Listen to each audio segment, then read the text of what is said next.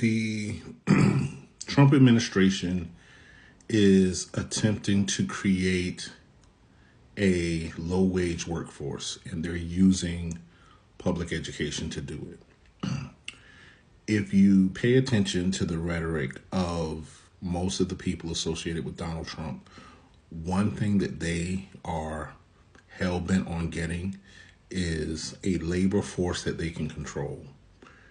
Conservatives for the last 40 plus years have been talking about public education and waging a campaign of misinformation and disinformation about what public education is and is not doing.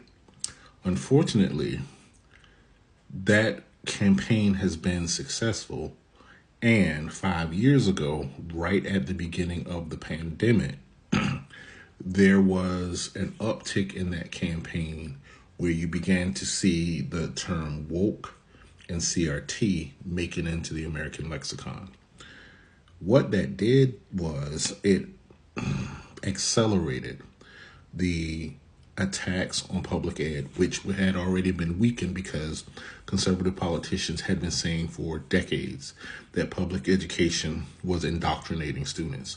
Now they had even more language based on the 1619 Project with Nicole Hannah-Jones and Christopher Rufo being the person that set off the campaign about woke and DEI and all those things.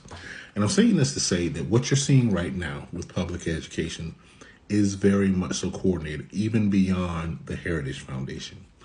This is the culling of human beings to be tracked into low-wage jobs in various industries under the guise of reformatting educational outcomes. Corporations have convinced politicians and uninformed education officials that there are curriculum that can help with lifetime outcomes.